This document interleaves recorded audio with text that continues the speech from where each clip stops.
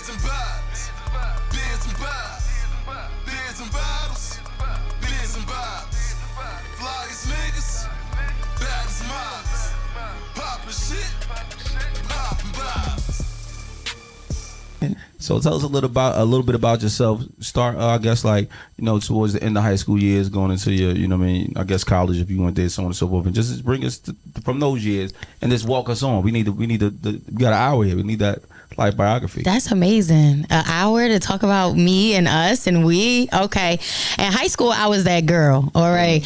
I was one of those girls. We need pics. When you saying all this, we need people to co-sign that. Oh, I got pics. I mean, who said pics. Who said she was that girl? I was definitely that girl. I was 15 at Live on Sunday. I used to go to Miami every year. I was real young. I was real young when I started to hit the clubs. Right. Very young. I had a lot of older siblings and like a lot of older cousins, and so they would like sneak me in the clubs at like 14. I'm like, y'all, I was a fast girl, but I didn't lose my virginity until, like, I'm telling my whole life now. I didn't lose my virginity until late, like not late in life, but sort of late in life. Like how old? I was 18. That's my business. Hold on now. I ain't gonna tell y'all everything. You done land with the virginity. It's layers though. Sweetheart, I ain't bash you with a pussy. I just told you.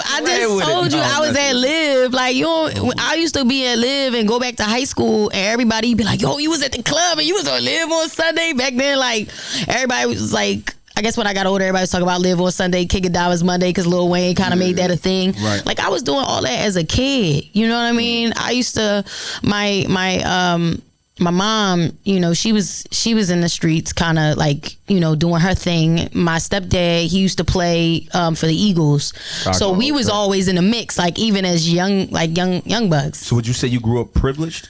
No. Cause I come from like a hustling family, like, and I got a lot of siblings too. So when you have a lot of siblings and you like the middle child, you kind of like the independent one, and you kind of taking care of. I got five. But also because my mom and my dad's story was the rag the riches story, it was because like, and you know, most of my family from the hood, most of my family from South Philly. So we was the house that everybody was going to eat, to celebrate holidays. Gotcha. And so like even holiday time, around this time, I'm always getting multiple gifts for a lot of people, just because we were the house that fed people. We were the house, like, you know, if you come to my house, you might see, you know, a crackhead or two working for us. You feel what I'm saying? Not to say like that, but my mom and my dad always put on. And so I guess that's the reason why, like, I've always had that hustling mentality in me. I started rapping when I was in college. Right. I went to college for a couple years, and I did nursing. So I went to nursing school. CCP, Community College, Philadelphia. Shout out to y'all. But you know, I did. I went to community college. Yeah. And so from there, I was like, yo, this community college life is not me. I was still doing it, but I wasn't happy. And so I was just like, I'm gonna start rapping, because I already knew I could rap real crazy.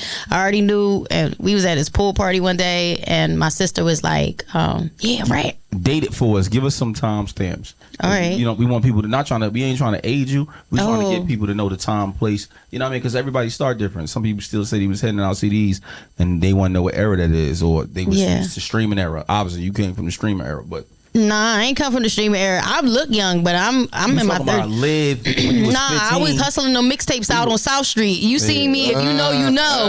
I was out on South Street doing the ciphers, hopping in them ciphers. That's like what I came from, like the cipher life and everything. So like from CCP, I was out down there rapping. My sister was like, go ahead and rap. And I was like, all right, boom.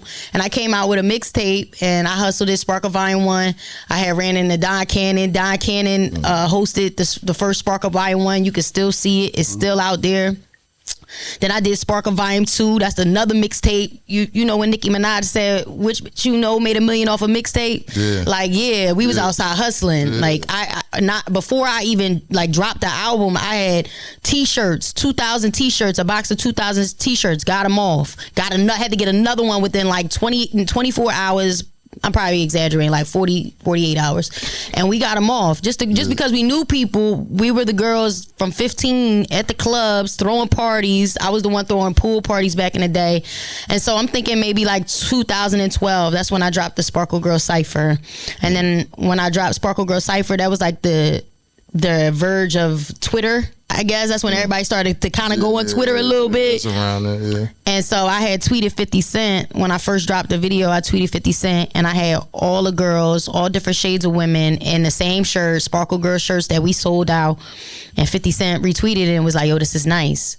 So every time I mention 50 or I talk about 50, I always give him his recognition, because without 50, I probably wouldn't have had the career that I had and how fast it went. Like 50 really helped me with that. Just off one tweet. Off of one tweet. That's but crazy. then he followed me and 50 Cent, like we built a relationship. Shout out to Monster, shout out to 50, shout out to Lotto. I appreciate all y'all, because he sits down with me and he talks to me about, well, what you working on next. Right. Like, he's the type of guy that don't want to see you around him all the time. He don't want to see you surrounded by him all the time. He gonna ask you, yo, why he always around? It's because you supposed to be working. And so with me coming into the industry, having that hustler's mentality, knowing what I'm already supposed to be doing, I was comfortable, and I was invited to come back. And so we in Fort Lauderdale, we in Miami, we in New York, we here. You'll see me on like on 50 Cent page with him, Tommy, and I'm saying spark up in his page, like, you know. And it doesn't matter how far I go, 50 Cent, every time I see him, he always be like, what you working on? That's You love know? right there. And I love that. It's like a great